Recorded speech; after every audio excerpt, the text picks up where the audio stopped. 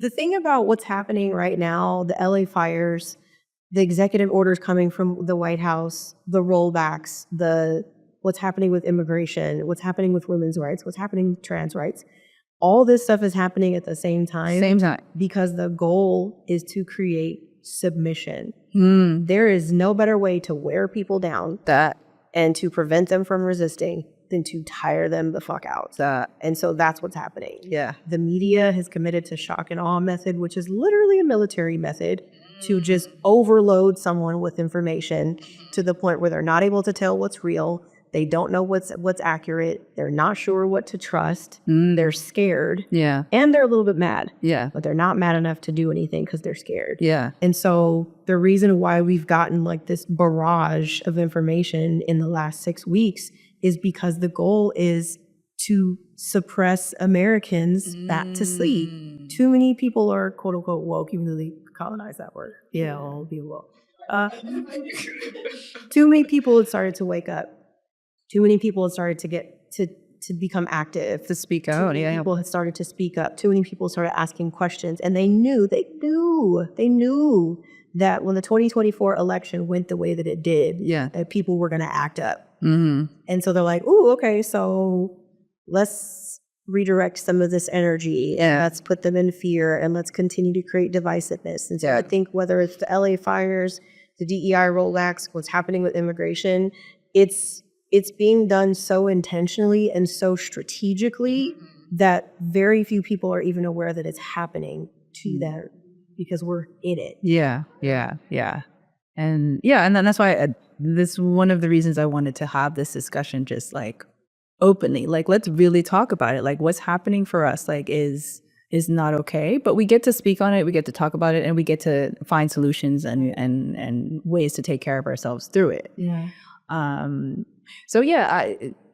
So let's roll on to no pun intended, DEI.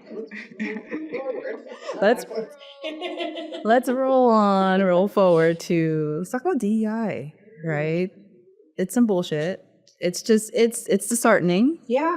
It's really, really sad it came about what, 1960? DEI's been in place 62? Early 70s. 70s. Late 60s, early 70s. Yeah. It's been in place for a while. So it wasn't just about Black people or brown people. It was actually to benefit white women. Yes, I'm glad you said it. Because I've been doing a little bit of research on it, and it came back to like, no, DEI is really to, support white people, which is interesting because like we all are like, no, we're all minorities. It's going to affect all of us, blah, blah, blah. But let's talk about it. So specifically, we're going to roll on to Tabitha Brown. We can say her name. No, I do have some outfits. No, but yeah. But tell me your take on DEI. And I saw something today, like before I came in, and it was just like this Black creator on TikTok who said, Black folks, just know we have never been the DEI hires.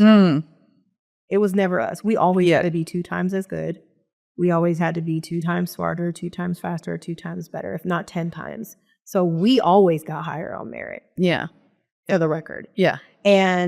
But when it comes to DEI, for me, it's about recognizing solidarity, because there are people who, were it not for whether it was a physical disability, whether it was their gender, or it was their race or ethnicity, would not have gotten in the door. It's not to say we've never, quote unquote, benefited from it, but that wasn't the case for us. Yeah. And so when the rollback started happening, which for the record, when the federal government decided to implement this DEI rollback, it was specifically for federal organizations or organizations that were under federal contract, the government, which is not every single privately owned corporation. There are many, but not all. Yeah. But what was also written into that was for the private corporations that didn't kind of like follow suit and roll back their DEI, that they could experience like fines or some kind of, punitive action from the government. Yeah. But it wasn't like the government said, you better shut down your DEI. Yeah. It was like, you should,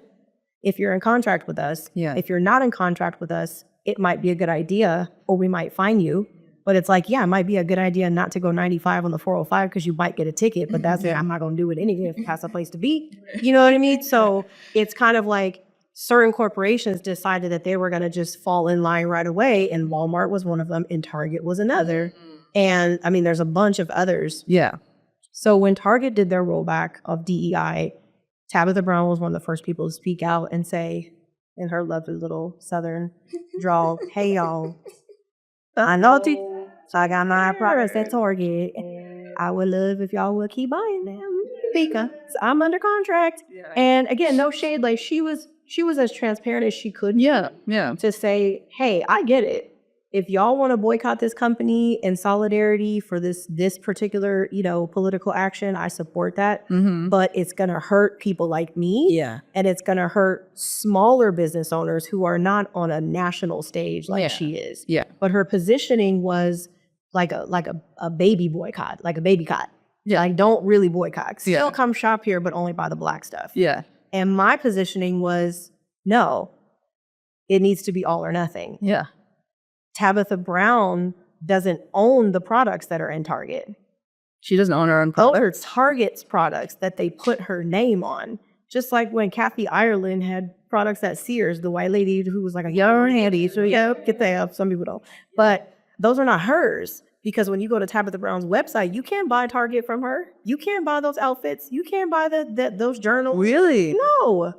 No. So people look up what private labeling is. Private labeling is a way that large corporations will put someone's name on a product in order to sell said product. If I wanted to sell, a water bottle and you happen to be huge in the Black community and I want to get people to buy this water bottle, I'm going to put your name on it. Yeah, but what about like her spices and got owned by McCormick, the seasoning company. Yeah. Those are on hers. She owns, sorry, my hair's a mess. She owns Donna's Recipe, which is the hair company. That's privately owned. She built that with her own money. So that is technically the only thing she can sell on her website. She owns really and her merch, not her Target merch like the swimsuits and the jumpsuits. Yeah. I didn't know that. That's not hers. Because if it was hers, what would she do with it? She would take it off those shelves as soon as her contract's in and sell it on her website. And that's where I was. I was like, okay, Tabitha, we hear you, but why can't you sell your products on a website? Let us go to the website and directly support you. Like we cut out Target, all of the middlemen, and just buy your products directly. Yeah. But she doesn't always know the product. No, if I make candles. During COVID, that was my COVID. I took down my candles. Okay, you still sell them now? I could sell them. So you make them now? In a while. Okay. It's been like 6 months, but I make candles. I buy the wax, I buy the materials, I buy the containers, I set the price points, I sell direct to consumer or DTC. So if you are a product designer and you can sell direct, that's beneficial to you because you got direct in case you take a middleman. Yeah. Of course, if you want to reach a broader audience, you go into a distribution agreement with a larger corporation like a Target or a Walmart and you get shelf space. That's one type of agreement where it's my product. Right. Except I'm sort of like leasing shelf space from Target or selling my products on like consignment to Target or selling it wholesale. Okay. And I go into an agreement for shelf space. For Tabitha's products, they did a collaborative product development and distribution agreement. Okay. Which means they said, this is our product. We own this and we keep it at our house. And we just putting your name on it and in your face. Yeah. Branding and all the things. And so again, from a business standpoint, I get it. Yeah. You don't want to affect your bottom line. But from a political standpoint and an activism standpoint, I was like, nah, it's got to be all or nothing, y'all. We can't sort of boycott. We have to do it all the way. Yeah, but to speak to those that are like, well, if we just buy Black-owned products in Target, then we could still support our people. Yeah. I think I was very torn. I was like, well, Tabitha, and I get where, I get where she's coming from. I understand the circumstances that she's in. She's in a contract. To break that contract, she would have to pay Target. And I don't even know if she could pay Target. And even if she did, she wouldn't be able to get her products. Yeah. So then it's like, well, my heart breaks for Tabitha because I'm like, I get it. This sucks. It's like the worst time to like have products in Target. No. it's like, to those people who are like, no, let's still support Tabitha and the Black-owned products. Like, what do you say to that? Because I get it. I'm like, why not? I want to support her. I mean, I personally don't shop at Target or Walmart, you know, so. I always think it's a personal choice. Yeah. And that's one thing like I believe has been a through line of anything that I posted on Instagram recently is like, this is what I think. Yeah. This is what I'm doing. This is what I think is right. Yeah. I'm providing you, listener, viewer, with information that has been fact checked, trust me, and you decide. Yeah. It's a matter of like what sits right with you. There was a time, even during the Montgomery bus boycotts in the 1960s, everybody Black didn't decide not to ride the bus. Some people were like, fuck that. I've had to get as far. I'm not why I get to the job. I don't want to carpool. I don't want to walk. I don't want to leave early. Ride the bus. Yeah. And I think that's the case throughout history. When it comes to activism, it's never going to be everybody who participates. There's going to be some who participate at what some would consider a more extreme level, which is a full-on boycott. Yeah. There's going to be some who participate in like what they call like a partial divestment, where I'm only going to this particular retailer to buy these particular products. That happened like when some people would only buy like kosher products from a grocery store or whatever. So for people who are feeling torn or they're just uncertain about what's the best way to support. Yeah. If they say, I'm going to go to Target, but I'm just going to buy the Black products. Okay, well, that's great. Yeah. But if you really think of it from a financial support perspective, back to the example of the candles, I make my candles. Yeah. I buy the materials. If I set a price point that's $25 a candle and I ship it to you direct, I'm going to make my $25. Yeah. Minus costs. Yeah. But if I sell my candle at Target and they sell it for $35, I'm still only getting $25. Yeah. So it doesn't benefit me financially for you to buy it from them. I'd rather you just buy it directly from me. Yeah. And so I think when people consider what's the best way for them to show solidarity, whether it's for DEI or anything else, it's a matter of what sits right with you. Yeah. If it were you, what would you want people to do? Yeah. And the reality is capitalism is a sneaky bitch. And we operate in a capitalist system. And unfortunately, there's nothing wrong with making money. I think money is great. But sometimes people do have to be willing to sacrifice their dollars or sacrifice some of their profit in order to actually make a difference. Yeah. And that's where I was coming from. Yeah. And that was the video that got people's attention. Yes. Instagram. So yeah. And convenience too, because we had a conversation about that. Because it's, if you've known like, okay, these products are at Target and you haven't gone anywhere else to shop, and or even like online, because you can shop online at Target, right? Just to get these products, and you're having a difficult time finding the products, elsewhere, you don't want to, put your money in the business and be like, let me, this right there, like, let me get, like for me, I'm having a challenge with Amazon, right? I'm like, love me some Amazon. I don't shop often at Amazon, but when I do, it's convenient. I'm getting it the next day or same day sometimes, or same day in a few hours, and particularly I shop for my deodorant there. Oh, yeah. I think Mega Babe is what it's called. And it's like aluminum free. And I love the clean products.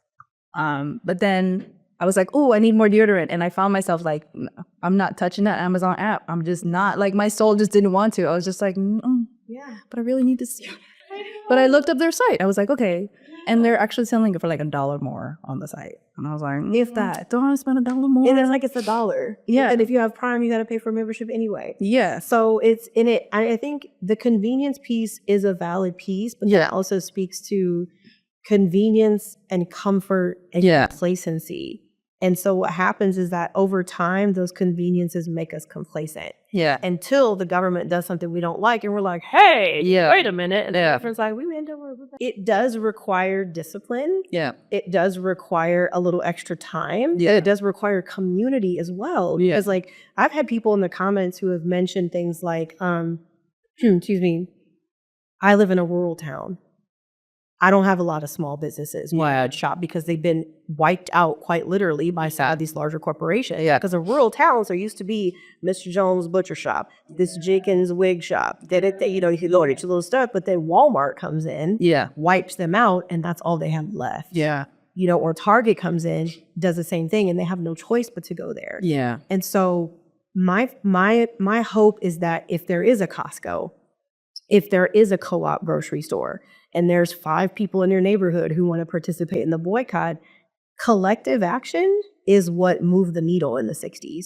And as much as we like romanticize what happened in the 60s, that was cool. It wasn't that long ago. Yeah. Who cares if all the videos are in black and white? It wasn't that long. It really was not. Yeah. The only reason why they were able to make the progress that they did is because they did it collectively. Yeah. And so we've gotten to a place where people don't know their neighbors and don't talk to each other. You know, everybody's kind of got their head down in their screen. So to be able to participate in something like a boycott at the grocery store, it might mean, hey, I'm going to Costco.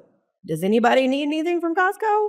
Go ahead and give me your grocery money. I got you. I'll bring it back. You know, but it's like that takes a lot of courage for people to do that. And I don't know how many people are there yet. Yeah.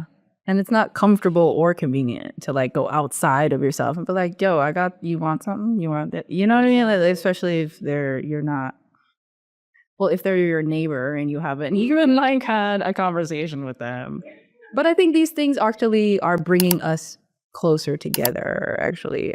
You know, there's certain instances where it's creating a divide, you know, because some Black folks are like, yo, I saw a video, they're like, yo, y'all doing Tabitha so dirty. Like, I'm not with that. I think the name of the video was like, I'm not with that, Black people. And like her video was like, why are y'all doing Tabitha like that? And people are coming for her. I was like, you don't need to come for her though. My thing is like, I'm not coming for her on a personal level. Yeah. My perspective was, this is a boycott. This is not. Yeah. You know, this is what this looks like. This is something different. And giving people the choice of saying like, if Tabitha Brown walked in this room, I'm like, what's up, fam? How are you? Congratulations. You did the thing.